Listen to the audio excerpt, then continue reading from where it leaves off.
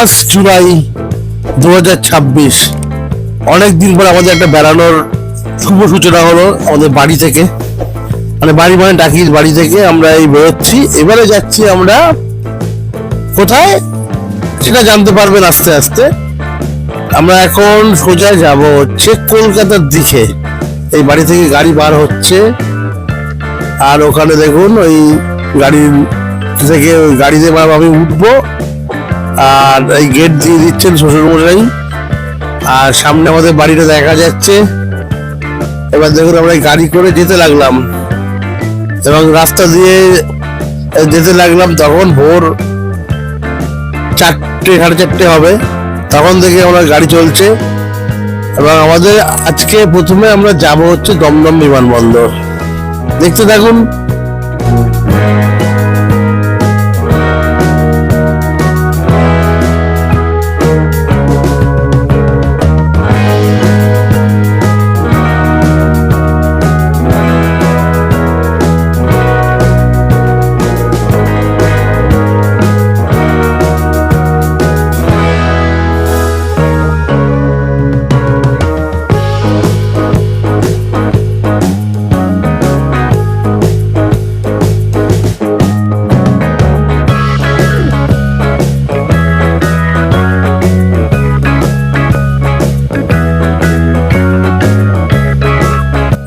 দেখুন দেখতে দেখতে দমদম বিমানবন্দর এসে গেছে, মানে নেতাজি আন্তর্জাতিক বিমানবন্দর যেটা।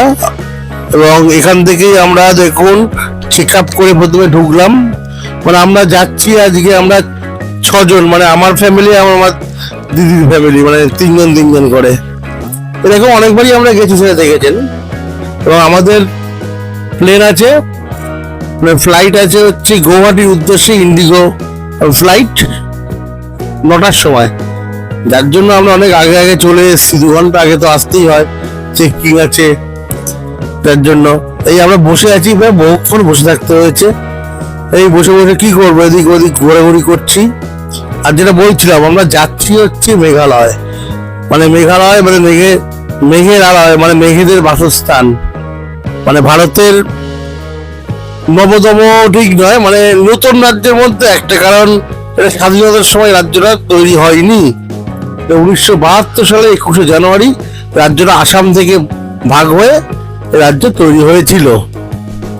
আর দেখুন আমরা এখন এই মেঘালয় যাওয়ার জন্য প্রথমে আমরা যাব গৌহাটি, আর এই গৌহাটি যাওয়ার জন্য আমরা ইন্ডিগোর ফ্লাইটে উঠবো। আর এখন দেখুন আমরা বোর্ডিং করছি। ওই বোর্ডিংয়ে ভালোই অনেকটা হাঁটতে হয়, পরপর শুধু মানে একবার এদিক ওদিক করে আমরা দেখুন এই বোর্ডিং করলাম, প্রায় ঢুকে গিয়েছি এর মধ্যে। তারপর এই ফ্লাইটটা কি ছিল, ফ্লাইটটা হচ্ছে ফুড ইকোনমি ক্লাসের ফ্লাইট, এয়ারবাস 320। আর দেখুন এই ফ্লাইট আস্তে আস্তে বেশিক্ষণ নেয়নি, তারপরেই আস্তে আস্তে স্টার্ট নিল। এবং প্রথমে দেখুন রানওয়ের দিকে যাচ্ছে, এবং রানওয়ের দিকে যাচ্ছে, ভালোই লাগছে। রানওয়ের দিকে যাচ্ছে, একটু স্পিডও করে দিয়েছি।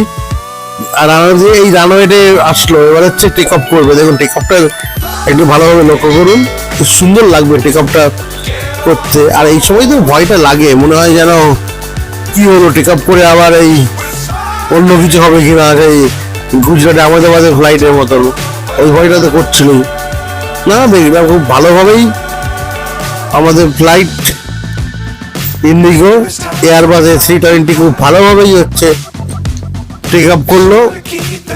এই দেখুন এখনো উঠিনি, এই স্পিড নিয়েছে, এই স্পিড নিয়ে এই উঠে গেছে। আর সব থেকে বড় কথা, এটা বর্ষাকাল তো, আর ওই একটু উঠির পর থেকেই হচ্ছে যেন সবসময় চারিদিকে মেঘ। দেখুন এই উঠছে, এখন কলকাতার আকারে এই হ্যাঙ্গারগুলো দেখা যাচ্ছে, এখনো বিমানবন্দরের মধ্যেই আছে। আর দেখুন এবার এই সঙ্গে সঙ্গে দেখুন মেঘ চলে আসছে, দেখুন কেমন একটু উপরে উঠতেই মেঘ, কেমন মেঘের মধ্যে দিয়ে আমরা যাচ্ছি। আর সব থেকে বড় কথা, যতক্ষণ আমরা ফ্লাইটে ছিলাম সারাক্ষণই প্রায় বলতে গেলে আমাদের সিট বেল্ট বেঁধে রাখতে বলছে। কারণ সবসময় যেন মেঘের মধ্যে দিয়ে যাচ্ছে। দেখুন আমরা পরপর চয়েস করেছিলাম, একই লাইনে আমরা সবাই ছজন বসেছিলাম। দেখুন, দেখতে থাকুন।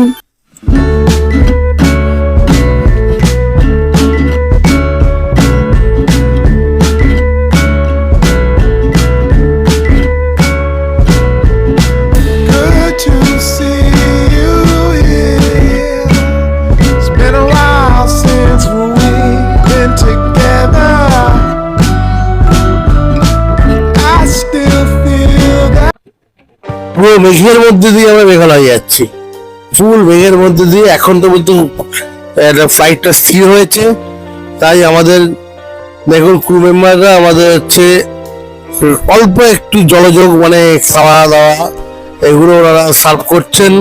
এবার জল দিচ্ছে, দেখুন কিছু এই বার্গার, তা পেস্ট্রি এই জাতীয় জিনিস সবকিছু সার্ভ হচ্ছে। একটা শরবতও ছিল, মানে এগুলো আমরা টিকিটের সাথে ইনক্লুডিং ছিল। আমরা ফ্লেক্সি টিকিট নিয়েছিলাম তো, যার জন্য মানে ইকোনমি ক্লাসে ওটা ছিল। আবার সেই খাওয়া দাওয়া শেষ, আবার সেই মেঘের মধ্যে ঢুকে গেছি। এখন তবু খুব ভালোভাবে যাচ্ছে, কিছুক্ষণ পরেই আবার আরম্ভ হবে সেই মেঘের মধ্যে দিয়ে চলা। মেঘের মধ্যে দিয়ে চলা বলেই হচ্ছে মনে হচ্ছে যেন প্লেন চলে এসছে খোয়া রাস্তায় যাকে বলে, এবং কাঁপুনি কাঁপুনি। আর শুধু বলবে সিট বেল্টটা পরে থাকুন, এই একটা ঝামেলা। দেখুন এই করতে করতে আমরা প্রায় হচ্ছে গুয়াহাটির কাছাকাছি চলে এসেছি। মানে গুয়াহাটি এবার ল্যান্ডিং করব, মানে অনেক নিচে নেমে এসেছি। তাও দেখুন নিচে নামতে গেলেও প্রচুর মেঘ আছেই। আর দেখুন এই যে প্রায় আমরা মানে মানে প্রায় নামার মতন কাছাকাছি চলে এসেছি। সুন্দর লাগছে নিচে সিনারিটা দেখতে থাকুন, মানে গ্রিনারি, চারিদিকে সবুজ, ছোট ছোট পাহাড় এগুলো দেখা যাচ্ছে। বুঝতেই পারছেন কত সুন্দর লাগছে প্লেন থেকে। এবং এটা আমার এই ভাগ্নি মানে দেয়াশনি এটা তুলেছিল এই অংশটুকু, আর ওদিকে আমি তুলছিলাম। খুবই ভালো লাগছে যে নামছে। আর এই দেখুন এবার এদিকে আমার দিক দিয়ে তোলা আছে, দুদিক দিয়ে তোলা, সেগুলো সব একসাথে মিক্সিং করা আছে। প্রায় দেখুন আমরা মানে মাটি ছুঁয়ে প্রায় ফেলেছি। আর এই দেখুন সামনে যে পাহাড়গুলো দেখা যাচ্ছে দেখুন তো, এই যে গুয়াহাটির চারিদিকে, গুয়াহাটির শহরটা এমন ছোট ছোট টিলা। যেমন একটা পাহাড়ের ওপরে আমাদের কামাখ্যা মন্দির আছে, আসার দিন তো কামাখ্যা মন্দিরে যাব। মানে শুধু যে মেঘালয়ে থাকবো তা না, মানে কামাখ্যা মন্দিরটা আমরা দর্শন করে তারপরে আসবো। এবং এটা পাহাড়ের ওপরেই কিন্তু এই কামাখ্যা মন্দির। দেখুন এই আমার দেখুন ডান দিক থেকে আমরা দেখাচ্ছি প্রায় মানে মাটি ছুঁই।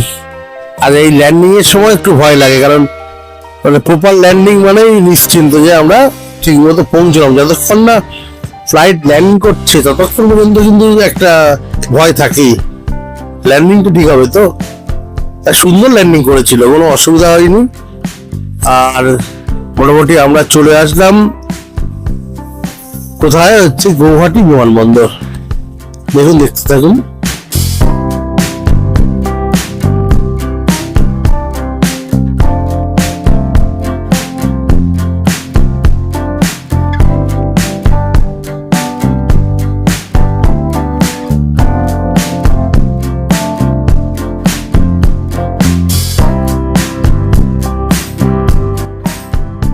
এই গুয়াহাটি বিমানবন্দরটা খুবই সুন্দর সাজানো গোছানো।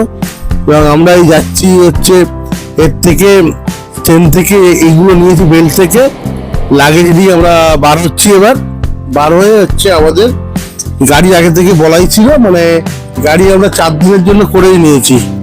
সেই গাড়ি থেকে উঠছি, দেখুন আমাদের গাড়ি চলেও এসছে, ইনোভা ক্রিস্টা গাড়ি। এবং গাড়িটা খুব সুন্দর গাড়ি ছিল, চলেছিলাম তো, সুন্দর গাড়ি। এবং ওর যে ড্রাইভার অমল আচার্য উনি চলেও এসছেন। এবং আমরা সেই গাড়ি করে আমরা শিলংয়ের উদ্দেশ্যে যেতে আরম্ভ করলাম। সবাই গোলটা পার হচ্ছি, মানে বিমানবন্দরেরই সামনে। এখন বিমানবন্দর অংশ এই পার হয়ে আমরা মোটামুটি শহরের দিকে যাচ্ছি, কিন্তু প্রপার গৌহাটিতে যাবো না। আমরা এখান থেকে বাইপাস দিয়ে সোজা চলে যাব শিলংয়ের রাস্তায়। দেখুন শিলংয়ের রাস্তায় আমরা যাবো। দেখুন রাস্তার সৌন্দর্যটা শুধু দেখুন। এর প্রথম দিকে পড়বে দেখুন, একদিকে মেঘালয় একদিকে শিলং। এই আমরা চলতে লাগলাম শিলংয়ের দিকে, শিলংয়ের রাস্তায় ঢুকেও পড়েছি।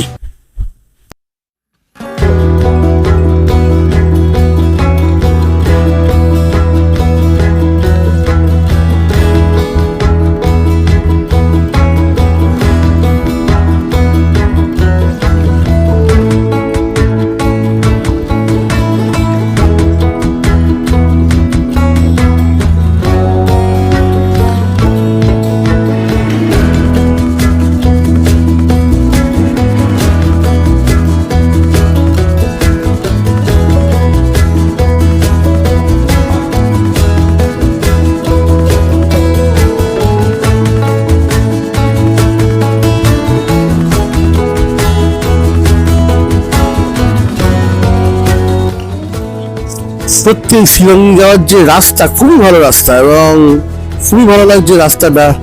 আর গাড়িও চলছে খুব ভালো, আর কোনো গাড্ডা গুড্ডি নেই, 4 লেনের রাস্তা। টোটাল রাস্তাটা সোজা চলে গিয়েছে হচ্ছে একদম শিলং। দেখুন পাশে একদিকে মেঘালয় একদিকে এখন আসাম। আর এই দাঁড়াতে একটা জায়গায় আমরা দাঁড়ালাম, বিভিন্ন ফল বিক্রি হচ্ছে এখানে। পাম ফল, যেটা লাল রঙের, আমরা আলু বাগড়া বলি, সেটা বিক্রি হচ্ছে। তারা কলা, বিভিন্ন জাতের কলা, মানে এই কলাই আলাদা, কলাগুলো খেতেও সুন্দর, কিনলাম, সুন্দর খেতে লাগলো। আর এইসব কেনাকাটা করার পরে আবার আমরা চলতে লাগলাম।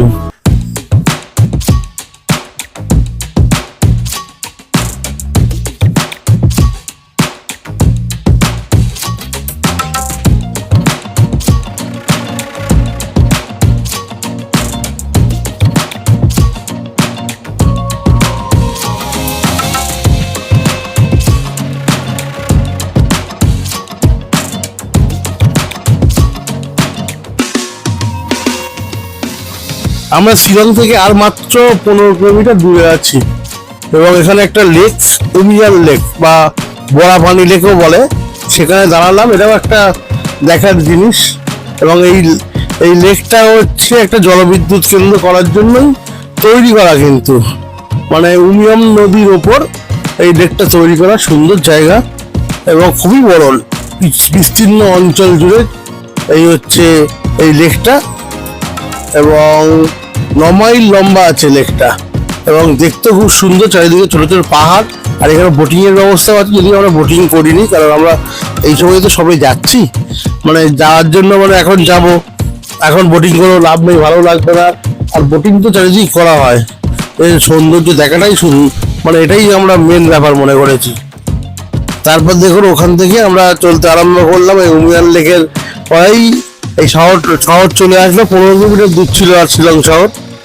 সেখান থেকেই আমরা যেখানে থাকবো, শিলংয়ের মেন জায়গা তো পুলিশ বাজার। আমরা পুলিশ বাজারে, আমরা ধানক্ষেতি বলে একটা জায়গায় থাকবো। সেখানে আমরা একটা হোমস্টে নিয়েছি।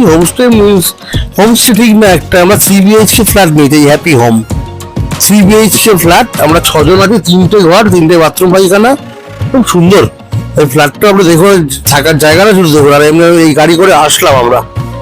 আর এই ফ্ল্যাটের যে ফ্ল্যাটটা দেখুন, 3টে ঘর আছে, একটা ঘর, তারপরে দেখুন একটা ঘর, এবং এই হচ্ছে রান্নাঘর। রান্নাঘরে কি না নেই, অনেকটা এয়ারবিএনবি থেকে আমরা বুক করেছিলাম।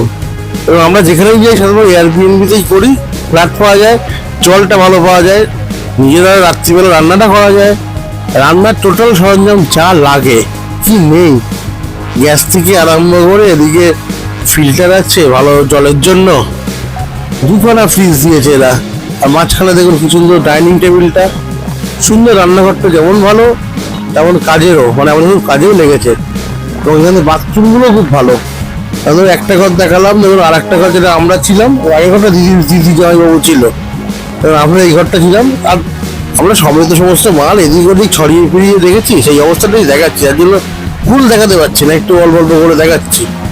দেখলে বুঝতে পারবে, ঘরগুলো কিন্তু খুব সাজানো গোছানো ছিল, আমরাই এগুলো করেছি। এবং ঘরগুলো খুবই ভালো, এবং বাথরুম পায়খানাগুলো সত্যি পরিষ্কার পরিচ্ছন্ন। আর সবই দামি জিনিস ব্যবহার করা আছে।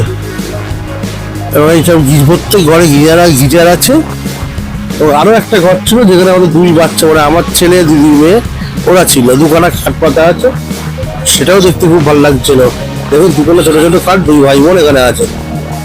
ওখানে এই দেখো ওদেরও জায়গাটা, ওদেরও ঘরটাও খুব ভালো, মানে 15 ফুট 15 ঘর প্রায় হবে। এবং সত্যি কথা বলতে গেলে আমাদের এই 3 BHK এই ফ্ল্যাটটা খুবই ভালো হয়েছে। আগে বারাণসীও ছিলাম, আর আবার এবার হচ্ছে সেই 3 BHK নিলাম এখানে এসে, মানে মিনস আমাদের এই শিলংয়ে এসেও নিলাম। দেখো জয়বাবু রান্না করছে, কাটাকুটি এসব পর রান্না একটু আরম্ভ হয়ে যাবে বিকেলে খাওয়ার জন্য। এটা সন্ধ্যের দিকে তোলা, তখন হচ্ছে রান্না আরম্ভ করেছে সবাই। মাংস আনা হয়েছে সামনে থেকে। তারপর একটু রাত্রিবেলার দিকে একটু বার হলাম, বার হয়ে ওই সামনে কিছু চার্চ ছিল, ডন বস্কো স্কুল, আর ওখানে চার্চ ছিল, সেই চার্চগুলো দেখার জন্য। চার্চগুলো দিনের বেলা খুব ভালো লাগতো, রাত্রিবেলা তোলা তো তাই কেমন একটা মানে একটু খুব ভালো আসেনি। এই একটু লাইটের জন্য একটু কেমন লাগছে। দেখুন দুদিকে একদিকে জেসাস ক্রাইস্টের মূর্তি আছে, এদিকে বড় চার্চ আছে। এই চার্চটাও খুব বড় চার্চ, পিছন দিকে চার্চটা আরো বড়, পুরো বিল্ডিং দেখানো যাচ্ছে না। দুই দিকে দুখানা চার্চ সুন্দরই দেখাচ্ছে, এবং এই সময় হচ্ছে প্রার্থনা চলছে, তাই আমরা ঢুকলাম না। এখানে খ্রিস্টানরাই তো বেশি, চারিদিকে চার্চ ভর্তি আছে মেঘালয়ে। শিলংয়ে প্রচুর চার্চ, কারণ 70% এখানে মানে জনগণ হচ্ছে খ্রিস্টান ধর্মাবলম্বী, আর 25% হিন্দু আছে, আর 5%-এর মধ্যে মুসলিম, অন্যান্য মুসলিম বা জৈন বা বুদ্ধিস্ট অন্যরা আছেন। এবং এখানে দেখুন তারপরে আমাদের এরই পাশে, মানে আমাদের যে হোমস্টেটা ছিল তার পাশেই যে একটা সামনে রাস্তাটা এসছি, জায়গাটার নাম হচ্ছে ধানখেতি। এবং এখানে যেমন ব্রিজ করা, এবং এটাও হচ্ছে গুয়াহাটি যাওয়ার যে মেন রাস্তা, সেই রাস্তারই এক্সটেনশন একটা। এবং আমরা ব্রিজের মধ্যে, ওভারব্রিজের ওপর থেকে একটু দেখছি এদিক ওদিক রাস্তাঘাটের গাড়ি কেমন লাগে সন্ধ্যেবেলা। আর যে কোথাও যাওয়ার ছিল না, তাই হচ্ছে একটু ঘুরছিলাম এসে। আর এরপরে আরও অনেক কিছু আপনাদের দেখাবো। দেখুন ওখান থেকে আমি আস্তে আস্তে নেমে চলে আসছি, এবং এরপরে আরও অনেক কিছু দেখাবো পরের পর্বের জন্য। আপনারা রেডি থাকুন। এবং এই দেখুন সেই ব্রিজটা, এবং এই ব্রিজটা থেকে নেমে এবার সামনে হচ্ছে উডল্যান্ডস হসপিটাল, তার পাশেই আমাদের হোমস্টেটা। আজকে এই পর্যন্তই থাকলো। পরে মেঘালয়ের বিভিন্ন স্থান নিয়ে আমরা আরও ভিডিও করব, এবং সেগুলো দেখবেন। চেরাপুঞ্জি আছে, মৌসুমী রাম আছে, সেক্রেট ফরেস্ট আছে, তারপরে শেষে হচ্ছে কামাখ্যা মন্দির আছে, এবং ফেরা। এতগুলো সিরিজ আসবে, এবং আমাদের সাথে এতক্ষণ থাকার জন্য ধন্যবাদ, এবং আগামী পর্বের জন্য সবাইকে স্বাগত।